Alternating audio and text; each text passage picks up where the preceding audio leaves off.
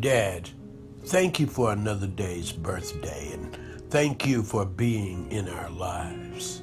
Thank you for Yahusha and the Holy Spirit. And thank you for the privilege of prayer. Thank you so much for being our God. Thank you for the message today and all of your messages. Thank you for letting us go out like a two-edged sword to your people. Thank you that your will be done. Thank you for having our backs, our fronts, and we thank you for having us covered from the tops of our heads to the bottoms of our feet. Oh, Dad, thank you for being with us, on us, and through us, and in us. We love you. We worship you in the name of Yahusha. I pray. Thank you. I love you. Your honesty, the beginning of wisdom. Be honest with yourself and with people. Have you ever heard, lock your door and keep your neighbors honest? Honesty is the keystone of character.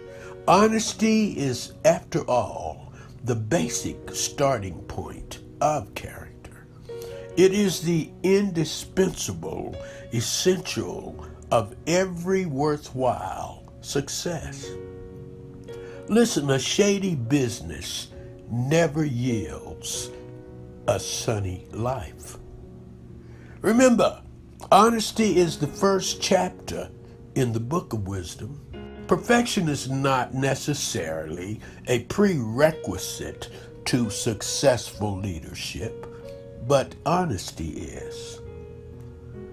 What do I get for being honest? You are getting the consciousness in your own mind that you are right. One of the best rewards that life can bring.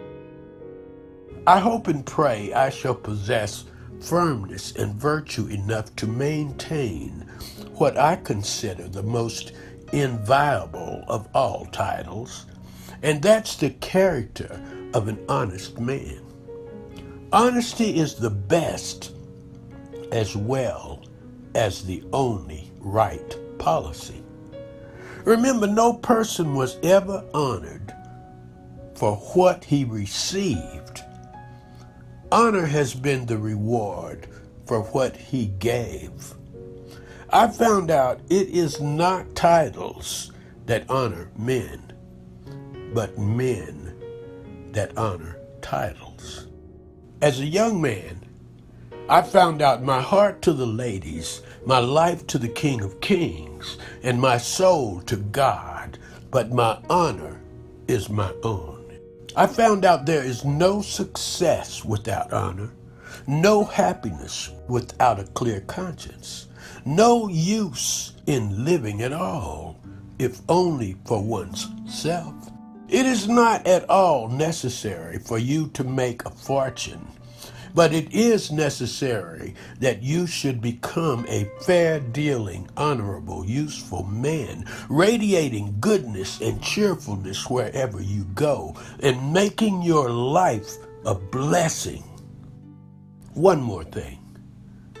Honor thy father and thy mother, that thy days may be long upon the land which the Lord Yahuwah thy God giveth thee.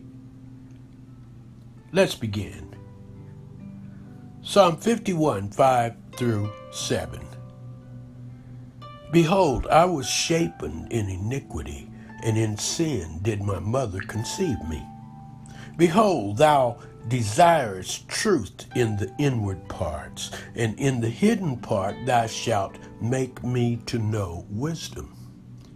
Purge me with hyssop, and I shall be clean. Wash me, and I shall be whiter than snow.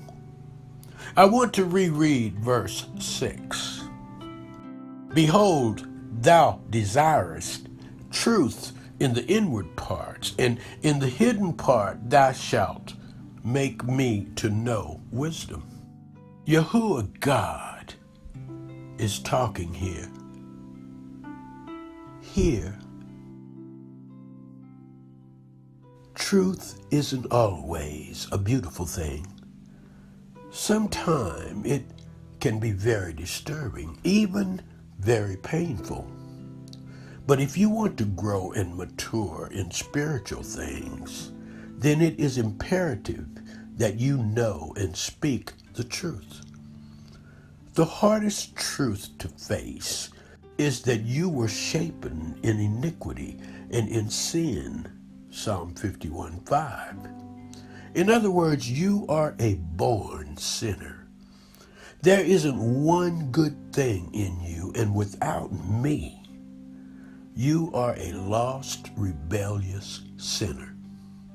You are among those of whom it is written, there is none righteous, no, not one, for all have sinned and come short of the glory of Yahuwah. Romans 3:10 and 23. All the righteousness which you have now is that which has been imparted to you through my shed blood and my great mercy. Many of my children who have been forgiven suddenly think they are perfect and without sin. Yet all the while they sin with thought, word, and deed. But they refuse to accept the fact that they have not overcome even the little sins. So they live the life of a hypocrite. You must begin to know me by knowing yourself. You are a sinner, and there's no good thing in you, nor can you perfect yourself any more than a goat can turn itself into a sheep. You need the change of a new birth. Only I can make a new creature out of the sinner. I can turn the hopelessness wicked man into a saint. He can never do it for himself. He can only cooperate with the workings of my Holy Spirit in his life. When you know these basic truths, then you have the beginning seed from which all the wisdom of Yahuwah God begins. For the wisdom of God begins by acknowledging, woe is me, for I am a sinner. From there, the climb upward to my wisdom comes quickly. Without this basic truth, all men go into error, false religions, cults, and the occult. This happens because man is too proud to confess with the writer of this psalm. For I acknowledge my transgressions, and my sin is ever before me. Verse 3. See, sin must be confessed in order to be forgiven. And sin must be forgiven in order for one to come into the knowledge and wisdom of Yahuwah. Oh, for all my wisdom is based on truth in the inward parts. Your honesty, the beginning of wisdom. You be blessed now, you hear? Peace.